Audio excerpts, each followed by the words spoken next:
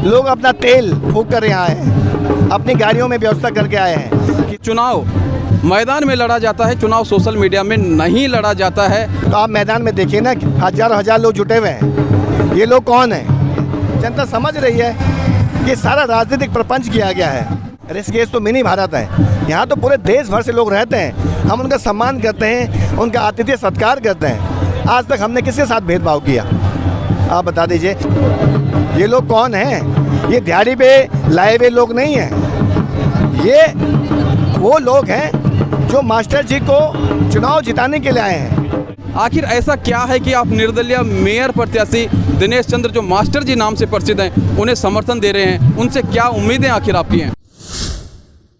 तो दोस्तों, अभी हमारे साथ मूल निवास भू कानून समन्वय संघर्ष समिति से मोहित डिमरी जी जुड़े हुए हैं और लगातार निर्दलीय मेयर प्रत्याशी जो ऋषिकेश नगर निगम से चुनाव लड़ रहे हैं दिनेश चंद्र मास्टर जी, उनके समर्थन में पहले दिन से ही लगे हुए हैं। और कहीं ना कहीं मूल निवास भू कानून समन्वय संघर्ष समिति ने ये ठान लिया है कि निर्दलीय मेयर प्रत्याशी दिनेश चंद्र मास्टर जी को हर हाल में जीत दिलानी है और उसका प्रयास भी जारी है। मोहित डिमरी जी से कुछ बात करेंगे, इस चुनाव के बारे में कुछ पूछेंगे और जो तमाम ऋषिकेश में चल रहा है उसके बारे में जानेंगे।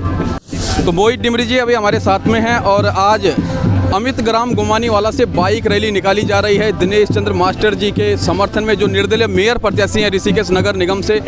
मोहित डिमरी जी, सबसे पहले इस बाइक रैली के बारे में आपसे जानेंगे, फिर आगे अन्य सवाल होंगे।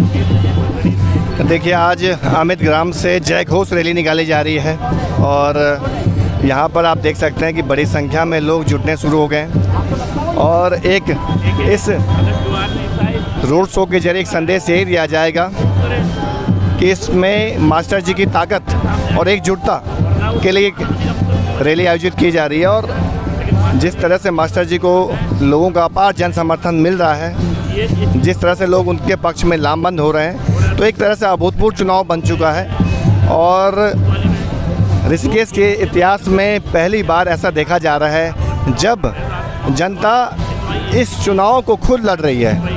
मास्टर जी के पक्ष में जनता लामबंद हो रही है, संसाधन मास्टर जी को जनता उपलब्ध करवा रही है। और इसके पीछे जो कारण समझ में आ रहे हैं, क्योंकि यहाँ पर माफिया तंत्र लगातार हावी होता जा रहा है, तो उसके विरोध में लोग एक ऐसे व्यक्ति को चाहते हैं अपने नगर में जो बहुत साधारण परिवार से आ रहा है, जो बहुत ईमानदार है, ज़मीन से जुड़ा हुआ व्यक्ति है, जो ऋषिकेश का माहौल सुधार सकता है। तो एक परिवर्तन की लहर आज ऋषिकेश से आप देख रहे हैं और ये आने वाले समय में उत्तराखंड की राजनीति में भी बहुत बड़ा बदलाव का संकेत मैं से मान रहा हूँ। बिल्कुल मानना है। और जिस प्रकार से ऋषिकेश में प्रत्येक दिन कुछ ना कुछ नई घटना घट रही है, चाहे वो बयानबाजी हो या कार्यक्रम हो।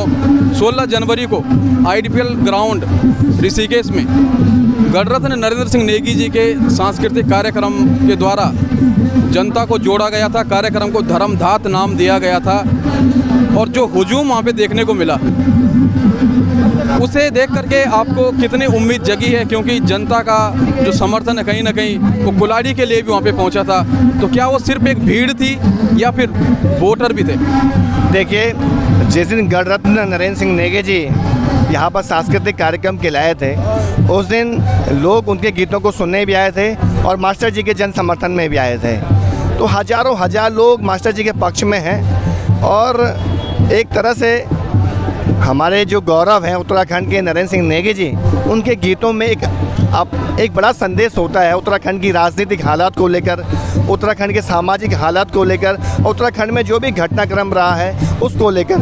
हमने तो उनको उत्तराखंड राज्य आंदोलन के गीतों को भी हमने सुना है। उसके बाद से लेकर उत्तराखंड की राजनीतिक में जो परिवर्तन आए हैं, जो यहाँ भ्रष्टाचार हुआ है, तमाम तरह से उत्तराखंड की राजनीति में जो भी कुछ चला है, तो नरेंद्र सिंह नेगी जी ने अपने गीतों के माध्यम से एक बड़ा संदेश देने की कोशिश की है। बिल्कुल, नरेंद्र सिंह नेगी जी के गीतों से सरकार भी बदल गई, सरकार गिरी भी है। और कहीं ना कहीं ये कहा जाता है कि नरेंद्र सिंह नेगी स्वयं तो नहीं बोलते हैं, वो गणरत्न हैं, उनके गीत बोलते हैं। लेकिन उसके अगले ही दिन गढ़ सेवा संस्थान के द्वारा एक सांस्कृतिक कार्यक्रम किया गया था जो कहीं ना कहीं भारतीय जनता पार्टी के द्वारा पोषित था। और उसमें मंगलेश डंगवाल ने भी बोला, और मंगलेश डंगवाल ने बोला कि 25 तारीख को उन्हें जान से मारने की धमकी दी गई है। तो आपको क्या लगता है किस तरफ उनका इशारा है, किस पे निशाना है? क्योंकि प्रेमचंद अग्रवाल ने भी मंच से ये बात रखी थी, कैबिनेट मंत्री है, और उन्होंने ऋषिकेश की जनता को बोला था कि इस प्रकार के लोग क्या उत्तराखंड के सपूत हो सकते हैं? और साथ ही ये कहा कि चुनाव मैदान में लड़ा जाता है, चुनाव सोशल मीडिया में नहीं लड़ा जाता है। क्या मंगलेश डंगवाल का जो आरोप है कहीं ना कहीं दिनेश चंद्र मास्टर जी के समर्थकों के ऊपर तो नहीं है? क्या ये संभावना तो नहीं बन रही है? क्या कहना चाहेंगे इस बारे में? देखिए, मंगलेश डंगवाल जी हमारे बड़े भाई हैं, उत्तराखंड की संस्कृति के ध्वजवाहक हैं, लेकिन वो राजनीति का शिकार हो गए। उन्हें जान से मारने की धमकी किसने दी? आज तक इस बात का खुलासा नहीं हुआ। क्या वो धमकी देने वाला कौन व्यक्ति है, फ़ोन करने वाला व्यक्ति है या सोशल मीडिया में दी गई है, इस बारे में भी स्पष्ट कुछ नहीं है। हमने मंत्री जी से कहा है कि आप क्यों नहीं कानूनी कार्रवाई कर रहे हैं? अगर एक लोक गायक को इतनी बड़ी धमकी मिलती है जान से मारने की, अभी तक कानूनी कार्रवाई नहीं हुई है, तो इसका मतलब एक बड़ा ड्रामा रचा गया IT सेल द्वारा। हो सकता है कि भाजपा के IT सेल द्वारा ये धमकी दी गई हो और मंगलेश भाई को मंच पर रोने के लिए मजबूर किया गया हो। ये बड़ा षड्यंत्र है पहाड़ के लोगों को आपस में बांटने का, लड़वाने का। और ये फूट डालो राज करो की नीति जो कर रहे हैं यहाँ के मंत्री, इसमें अब जनता आने वाली नहीं है। जनता समझ रही है कि सारा राजनीतिक प्रपंच किया गया है। डिमरी जी, आपके हिसाब से राजनीतिक प्रपंच किया गया है और आप लगातार निर्दलीय मेयर प्रत्याशी दिनेश चंद्र मास्टर जी के समर्थन में हैं और आप स्वयं ही नहीं बल्कि मूल निवास भू कानून समन्वय संघर्ष समिति पूरी टीम यहाँ पे जुटी हुई है। आप उसके संयोजक हैं, आप उसका नेतृत्व करते हैं और आपकी टीम आपके साथ कंधे से कंधा मिलाकर चल रही है। तमाम टीम निर्दलीय मेयर प्रत्याशी दिनेश चंद्र मास्टर जी के साथ कंधे से कंधा मिलाकर चल रही है। आखिर ऐसा क्या है कि आप निर्दलीय मेयर प्रत्याशी दिनेश चंद्र जो मास्टर जी नाम से प्रसिद्ध हैं उन्हें समर्थन दे रहे हैं? उनसे क्या उम्मीदें आखिर आपकी हैं? देखिए, हम अपने राज्य में मूल निवासियों के अधिकारों के लिए लड़ रहे हैं। हम अपने राज्य में अपनी ज़मीनों को बचाने के लिए संघर्ष कर रहे हैं। अपने युवाओं की नौकरियों को सुरक्षित करने की कोशिश कर रहे हैं। इस अभियान को लेकर हम लगातार मूल निवास स्वाभिमान महारैली भी कर रहे हैं। हमारा साफ संदेश है, हमारे संसाधन हमारे हाथों में रहने चाहिए। इस राज्य में मूल निवासी को ही राष्ट्रीय पार्टियाँ टिकट दें या क्षेत्रीय पार्टियाँ टिकट दें। यहाँ हो क्या रहा है? यहाँ तो मूल निवास की जो कट ऑफ डेट है 1950 ना होने से SC ST OBC के सर्टिफिकेट बना के लोग चुनाव लड़ने आ रहे हैं। हमारे लोग कहाँ जाएंगे? वो कहाँ जाएंगे? अपने राज्य से बाहर तो जा नहीं सकते चुनाव लड़ने के लिए। हमारे लोगों का एक तरह से राजनीतिक में जो लोग आगे बढ़ना चाहते हैं उनके भी रास्ते रोके जा रहे हैं। नौकरियों पे पहले डाके डाले जा चुके हैं, ज़मीनें आपने लूट ली हमारी, अब राजनीतिक ताकत भी खत्म करने की कोशिश हो रही है। ये बड़ा षड्यंत्र चल रहा है इस राज्य में। हम यही कहना चाहते हैं कि मास्टर जी को समर्थन देने का मुख्य उद्देश्य क्या है? अपने मूल निवास और भू कानून के आंदोलन को मजबूत करना, इसको और धार देना, लोगों तक संदेश पहुंचाना है कि लड़ाई हमको क्यों लड़नी जरूरी है। मास्टर जी उसके एक प्रतीक के रूप में हमारे सामने है, लेकिन हमारा ये अभियान है, ये आंदोलन है, ये चुनाव नहीं हमारे लिए। ये एक तरह से आंदोलन के रूप में हमें से देख रहे हैं। मैं इस केस में घर घर जा रहा हूँ, एक एक व्यक्ति से मिल रहा हूँ। हम सब लोग मास्टर जी के पक्ष में लामबंद हो रहे हैं, सारी जनता ऋषिकेश की। तो कहीं ना कहीं लोगों के अंदर ये भावना जागृत हो गई है, उनका स्वाभिमान जागृत हो गया है कि जो कुछ चल रहा है, जो कुछ अपराध हो रहे हैं, ज़मीनें लूट रही हैं, माफिया राज हावी हो रहा है, उनके बच्चे सुरक्षित नहीं हैं, शहर की स्थिति खराब होती जा रही है, वो सारा आक्रोश यहाँ दिखाई दे रहा है। इसलिए जनता लगातार जुट रही है और एक बड़ा संदेश, जैसे मैंने कहा, आने वाले समय में जाने वाला है। यहाँ से जो जाएगा नगर निगम चुनाव से, उत्तराखंड की राजनीति को बदलने वाला एक माहौल बनेगा इस राज्य में। बिल्कुल, आपका एक प्रकार से कहना है कि ऋषिकेश से उत्तराखंड की राजनीति में एक नए सूर्य का उदय होगा। लेकिन डिमरी जी, बड़े बड़े मंचों से निर्दलीय मेयर प्रत्याशी दिनेश चंद्र मास्टर जी के समर्थकों पर ये आरोप भी लगाया जा रहा है कि क्षेत्रवाद फैलाया जा रहा है, बांटने का काम किया जा रहा है और कहीं ना कहीं समाज में एक प्रकार से जो बंटवारा करने की कोशिश की जा रही है, लोगों को जोड़ने तोड़ने की कोशिश की जा रही है, वो तमाम आरोप लग रहे हैं। उसके बारे में क्या कहेंगे आप? देखिए, मूल निवास भू कानून संघर्ष समिति के एक भी सदस्य ने बांटने की बात की हो तो इसको सार्वजनिक किया जाना चाहिए। हम तो जोड़ने की बात करते हैं। ऋषिकेश तो मिनी भारत है, यहाँ तो पूरे देश भर से लोग रहते हैं। हम उनका सम्मान करते हैं, उनका आतिथ्य सत्कार करते हैं। आज तक हमने किसके साथ भेदभाव किया? आप बता दीजिए। लेकिन जब हमारे अधिकारों पे बात आएगी तो हम लड़ेंगे ना, अपने अधिकारों को बचाने के लिए आगे आएंगे। बांटने की राजनीति तो ये लोग कर रहे हैं। पहाड़ को पहाड़ के लोगों के बीच बांटा जा रहा है, मैदान को पहाड़ के बीच बांटा जा रहा है, तमाम तरह से फूट डालो राज करो की नीति अपनाई जा रही है। ये तो राष्ट्रीय दलों के लोग कर रहे हैं। आज तक इन लोगों ने हमें बांटा तो, लेकिन अब जनता समझ चुकी है जनता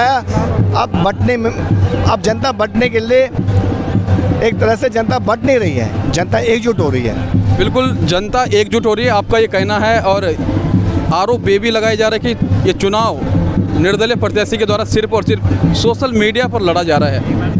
मैदान में आइए, चुनाव लड़िए। एक प्रकार से चुनौती भी है दिनेश चंद्र मास्टर जी की। हालांकि दिनेश चंद्र मास्टर जी की वो चुनौती ही है जिन्होंने राष्ट्रीय पार्टियों को कहीं ना कहीं सोचने पे मजबूर कर दिया है और एक चिंता उनके खेमे में बड़ी है।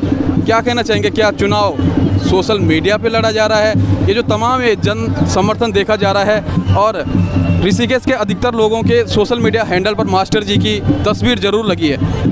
ये फाइनल क्वेश्चन आपसे है, इसके बाद आगे रैली की तरफ जाएंगे। आप इस बात का खुलासा कीजिएगा, क्या चुनाव सोशल मीडिया पे लड़ा जा रहा है? देखिए, आप एक एक व्यक्ति से पूछिए, क्या आपको पैसा मिला है यहाँ आने के लिए? लोग अपना तेल फूंक कर यहाँ आए हैं, अपनी गाड़ियों में व्यवस्था करके आए हैं, किसी को पैसा नहीं मिल रहा है, लोग अपना पैसा खर्च कर रहे हैं। और मंत्री जी कह रहे हैं कि सोशल मीडिया में चुनाव चल रहा है, तो आप मैदान में देखिए ना, हज़ार हज़ार लोग जुटे हुए हैं। ये लोग कौन हैं? ये लोग कौन हैं? ये दिहाड़ी पे लाए हुए लोग नहीं हैं, ये वो लोग हैं जो मास्टर जी को चुनाव जिताने के लिए आए हैं, जो राजनीतिक बदलाव चाहते हैं, जो इस तंत्र को बदलना चाहते हैं, जो भ्रष्ट हो चुका है। देखिए,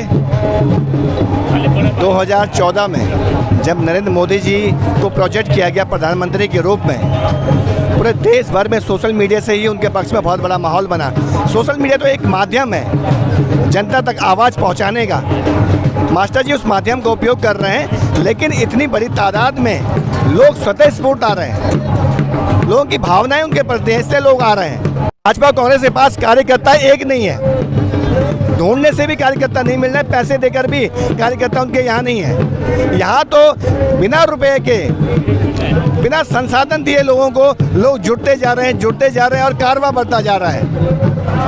एक अलग तरह का माहौल बनता जा रहा है।